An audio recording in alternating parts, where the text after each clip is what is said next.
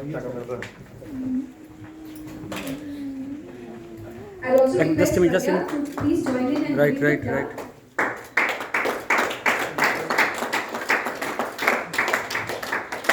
Okay, just back. Thank you. We smile. Very good.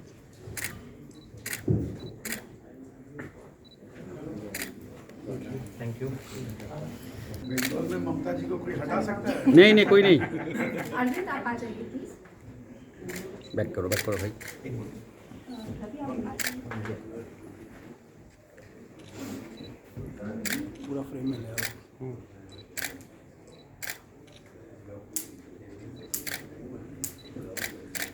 Thank you.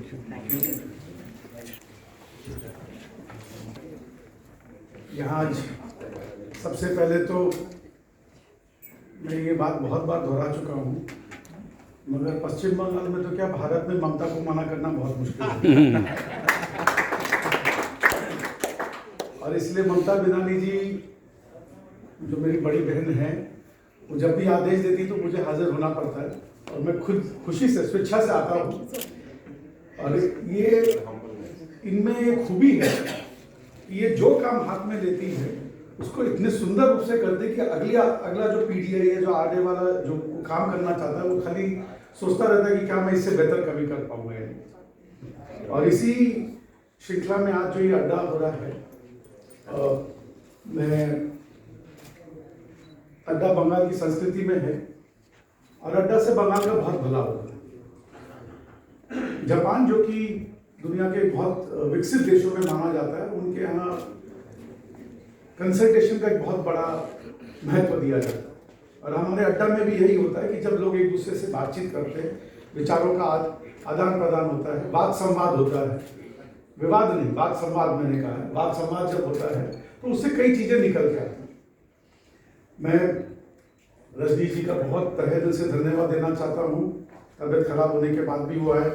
Thakur साहब बॉम्बे से आए, हम तो लोग साइड में पूछ रहे थे कि भाई कभी स्टॉक एक्सचेंज पे किसी के कोई लिस्टिंग के बारे में सोचे तो फीस के बारे में बहुत हम लोग सब डर जाते, तो उन्होंने आश्वासन दिया है कि ऐसी कोई बात नहीं है। और पता नहीं वो मारवाड़ी है कि नहीं, मगर मारवाड़ी स्टाइल में बता दिया कि आपको अपने जेब से थोड़ी देना, जो पैसा आएगा मार्केट से उसमें से देना।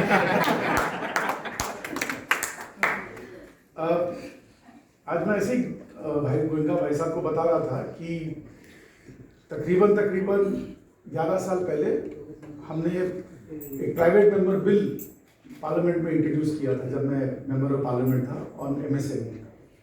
उसमें कई चीज़ों पर हमने जोर डाला था, बट मैं कुछ चीज़ें यहाँ कहना चाहता हूँ क्योंकि आज अड्डा है। मैं चाहता हूँ मेरे जाने के बाद आप लोग भी उन सब चीज़ों पर चर्चा करें। उसमें एक फंडामेंटल चीज़ हमने ये कहा था कि कमर्शियल डिस्क्रिमिनेशन जो भारत में होता है वो बंद होना चाहिए। हमारा संविधान बोलता है कि किसी भी रूप में डिस्क्रिमिनेशन नहीं होना चाहिए दो जातियों के बीच में, दो इंसानों के बीच में। मगर ये बहुत दुख के साथ कहना पड़ता है कि आज़ादी के इतने साल बाद भी आज भी कमर्शियल डिस्क्रिमिनेशन है। कैसे है? जो सबसे लोएस्ट रेट ऑफ इंटरेस्ट किसी बड़े कॉर्पोरेट को मिलता है, हमने उस बिल में कहा था कि वही रेट ऑफ इंटरेस्ट आप एक एमएसएमई को दीजिए, क्योंकि शुरू दिन में आपने उसके लिए एक बाधा डाल दी है। मैं नाम नहीं लेना चाहूंगा, मगर जिन कंपनियों का टर्नओवर 1 लाख करोड़ है, वो 6% पर उनको रुपया मिलता है और एक एमएसएमई को 12%, 15% पे रुपया लेना पड़ता है। जो बिजनेसमैन यहाँ बैठे हुए, जो सीए लोग बैठे हुए हैं, उनको बहुत बुद्धि नहीं लगेगी ये समझने में कि 9% इंटरेस्ट कॉस्ट में शुरू दिन से आपने मुझे डिसएडवांटेज कर दिया है। मैं पैदा नहीं हुआ, मैं चलने लायक नहीं बना, मगर आपने मुझे शुरू दिन से मेरे पाँव में बेड़ियां बांध दी हैं कि आप 9% ज्यादा कमाओ, ज्यादा। एक जमाना था जब ये संभव था, मगर आज के दिन जो इतना कंपटीशन का बाजार है, 9% मार्जिन पे धंधा करना आप लोग सब जानते हैं कि ये तकरीबन नामुमकिन। दूसरा उसमें हमने कहा था, जो कि उस बिल में अभी तक आप लोग, कुछ लोग सीए लोग हैं, आप लोग लीगल टर्म ज्यादा समझते हैं। इस बजट में भी हमारे वित्त मंत्री ने कहा है कि एमएसएमई को जब आप पैसा दे देंगे तब आपको वो खर्चा अलाउ होगा। मुझे लगता है ये कम है, क्योंकि एमएसएमई को जब वो 45 दिन वाला नियम आया, बहुत लोग चेक काट के अपने यहाँ रख लेते थे और दिखा देते थे कि काम पूरा हो गया। और हमने वित्त मंत्री जी से कहा था कि जब तक कि वो रुपया मेरे बैंक से नहीं निकले, आप उसके ऊपर कोई ऐसा दंड लगाइए जो उनको ये तकलीफ महसूस हो जो एक एमएसएमई को तकलीफ महसूस हो रही है। तीसरा, ममता जी के सामने बोल रहा हूँ, बाद में उनको डांट सुनूंगा इनसे, बट एनसीएलटी के किसी भी कंसल्टेंट के पास आप जाइए, एक एमएसएमई कंपनी के लिए जो पूरा प्रोसेस है वो इतना कॉस्टली है कि एक एमएसएमई वाला एनसीएलटी में जाने के बजाय चुपचाप अपने घर में बैठ जाता है। इसको कुछ ना कुछ इसलिए मैंने फर्स्ट टाइम मैंने उस बिल में 11 साल पहले हमने टर्म, जब उस समय ना तो एनसीएलटी था ना कुछ था, हमने कमर्शियल बैंक्रप्सी का कॉन्सेप्ट इंट्रोड्यूस किया। मैं चाहूंगा इन सब चीजों पर चर्चा, आप लोग चर्चा करेंगे तो हो सकता है सरकार के कानों तक बात पहुंचे और वो इन पे कुछ विचार करके काम करें। मेरे लिए एमएसएमई बहुत इंपॉर्टेंट है, मेरे लिए क्या पूरे देश के लिए इंपॉर्टेंट है। आज भी जो इंडिया का टोटल एक्सपोर्ट होता है उसका 40% एक्सपोर्ट जो है एमएसएमई करते हैं। गांव तक अगर कोई एम्प्लॉयमेंट पहुंचा सकता है तो वो एमएसएमई। बड़ी फैक्ट्रियों में क्या होता है, लोग आते हैं बड़ी फैक्ट्रियों में काम करने के लिए। मेरे लिए एक साइकिल जो स्टैंडिंग साइकिल पे बैठ के चक्कू को धार देने वाला जो आदमी है, मेरे लिए वो भी एक एमएसएमई बिजनेसमैन है। वो माइक्रो कैटेगरी में भले ही आता हो, मगर वो अपराध की दुनिया को छोड़ के एक मेहनत करके कमा के, हर इंसान को नौकरी मिलना ये जरूरी नहीं है, हर बिजनेसमैन सक्सेसफुल हो ये जरूरी, मगर चेष्टा करने हमारे हाथ में, वो चेष्टा करता है। तो वो जो चक्कू धार देने वाला आदमी है वो भी एक बिजनेसमैन है। उसकी प्रॉब्लम हम कैसे सॉल्व कर सकें, ये चूंकि मैं पार्लियामेंट की सब कमेटी में भी था, हम लोगों ने बहुत चेष्टा की थी बैंकों के एटीट्यूड में सुधार लाने की। प्रधानमंत्री की जो एम्प्लॉयमेंट पीएमईजीपी, जिसको हम लोग प्रधानमंत्री एम्प्लॉयमेंट गारंटी स्कीम बोलते हैं, बैंक्स के पास पैसा होते हुए, टारगेट होते हुए भी वो लोग नहीं देते थे। मैं चाहूंगा इन सब विषयों पर आप लोग चर्चा करें, क्योंकि जब नीचे से नीचे आदमी के पास में 140 करोड़ का देश, जब नीचे से नीचे आदमी के हाथ में पैसा होगा तभी वो आपके हमारे चीजों को खरीदने के लिए हिम्मत कर सकते। जब कोई आदमी बैठता है, टिकट काटता है, तब ये चक्का घूमता है, ये सब हम जानते हैं। मगर ये लोग 140 करोड़ के लोग जब ये कंज्यूम करना चालू करेंगे, और ये तभी संभव है जब उनके हाथ में पैसा आए। तो भाई और बहनों, जो भी आप काम करें, हमेशा एमएसएमई के प्रति बहुत संवेदनशील, बहुत आप लोग उसको जितना आप लोग उनको हेल्प कर सके, ये सोचिए कि ये आपका बोया हुआ बीज है जो पौधा बन के आप ही को छांव और फल देगा आगे आने वाले दिन। नमस्कार, धन्यवाद। I can feel his inner feeling, जो पैशन उनके आज नहीं, आज इस करके नहीं कि यहाँ आए हैं इसलिए बोले हैं। 11 साल पहले इन्होंने पार्लियामेंट में जो इश्यूज दिए, मैंने 8-9 साल पहले ये मिशन लिया, तो ये तो मेरे से पहले से लगे इस मिशन पे। तो मैंने कहा इससे पहले कि ये जाएं, तो मैं तबीयत ठीक नहीं थी, मैं वायरल से डाउन था। पर जब मेरे को ममता ने बताया कि विवेक जी आ रहे हैं, तो I wanted to be more closer to him. और मेरे को काम एमएसएमई का ये है क्योंकि हर स्टेट, देश क्या है, देश is combining all the states of India. तो बंगाल बहुत इम्पोर्टेंट स्टेट है। और एमएसएमई में कौन है? व्यापारी, businessman, industries, manufacturers, service providers. उसमें से 90-95% वो अपने समाज के, व्यापारी समाज के लोग हैं। एंड ही रिप्रेजेंट दैट समाज इन, he has been representing in the parliament, he is representing in the state। और यू कैन अंडरस्टैंड हम लोग क्या हैं, हम लोग तो अड्डा हैं, प्लेटफॉर्म है, फैसिलिटेटर्स हैं। हमें इन जैसे भाइयों की बैकिंग चाहिए। ये चाहे किसी पार्टी में हो, ये हमारी पार्टी के हैं, कम्युनिटी के हैं, हमारे प्रतिनिधि हैं। और मेरे को पता है इनका, मैं इनको वैश्य समाज में भी और कई फोरम्स में मिलता रहा हूँ। ये हमारी बात बिना पार्टी लाइन के करने की ताकत है इनमें, and he had been doing it. तो इस करके मैं समझता हूँ कि इन्होंने खुद ही हमें ऑफर किया है कि ही इज ऑलवेज देयर। और मुझे पूरी उम्मीद है कि स्टेट में जहाँ पर देखिए केंद्र की कई योजनाएं हैं, वो नहीं पहुंचती हैं। हो सकता है इस तरह के स्टेट की योजनाएं हैं वो हम बताएंगे। अभी इन्होंने जो इश्यूज बताए हैं बड़े इंपॉर्टेंट इश्यूज हैं।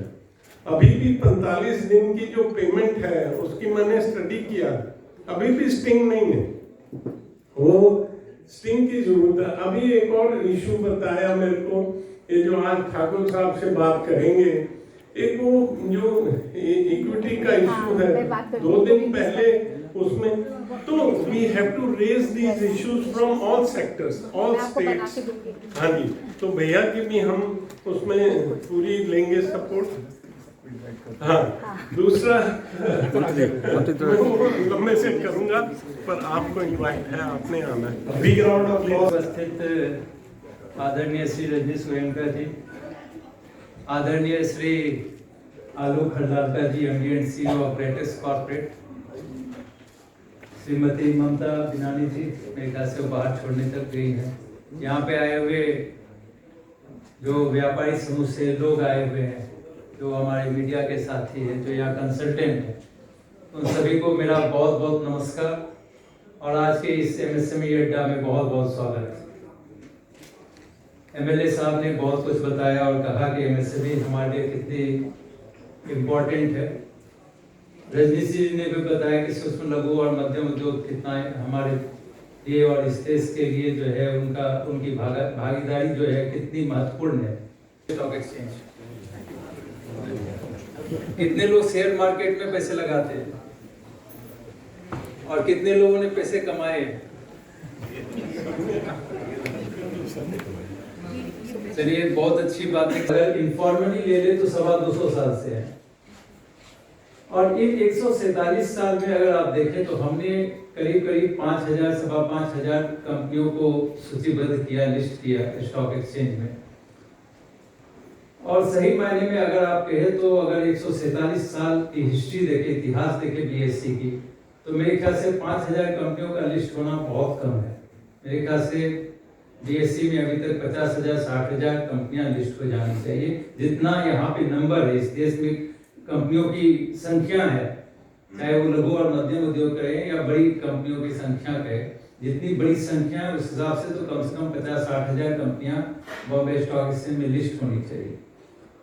नहीं लिस्टिंग कराने का जो कारण है, जो मैंने देखा, क्योंकि मैंने 2010 दिसंबर में इंडिया की पहली SME प्लेटफॉर्म शुरू करने की रिस्पॉन्सिबिलिटी मुझे दी गई थी और मैं आपको सही बताता हूं कि 1.5-2 साल जो मेहनत मुझे करना पड़ा, क्योंकि ना कोई कंपनी आ रही थी, ना कोई मर्चेंट बैंकर आ रहे थे SME प्लेटफॉर्म पे काम करने के लिए।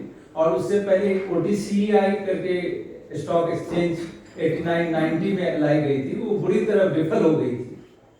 तो इन विफलताओं को देखते हुए लोगों का ये मानना था कि गाइडलाइंस मोर और लेस दोनों BSE जो SME प्लेटफॉर्म के गाइडलाइंस सेबी ने बनाए थे और जो OTCEI के गाइडलाइंस थे, वो एक तरह से बहुत एक दूसरे से सिमिलर थे और इसलिए लोगों का ये मानना था, जितने भी लोग से हम मिल रहे थे उनका ये मानना था कि ये शायद चलेगा नहीं।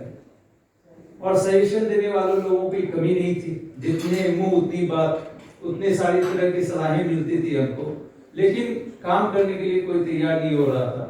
बहुत मुश्किल से हमने एक मर्चेंट बैंकर को मनाया और एक प्रमोटर को मनाया।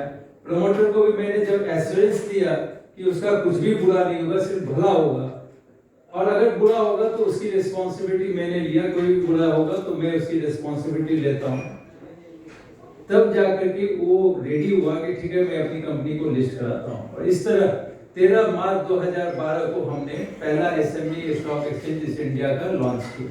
13 मार्च 2012 को सोच नहीं सकते हैं। मेरे ख्याल से मुंबई से लेकर गुवाहाटी तक, कन्याकुमारी से लेकर जम्मू कश्मीर तक मैंने पूरा भ्रमण किया। कभी कभी मैं मजाक में कह देता हूँ कि विनोबा भावे ने भी इतना भ्रमण नहीं किया होगा जितना मैंने कर लिया। और करीब 25,000 सेमिनार्स में मैं भाषण दे चुका हूँ, 40,000 से ज्यादा SME प्रमोटर से मिल चुका हूँ।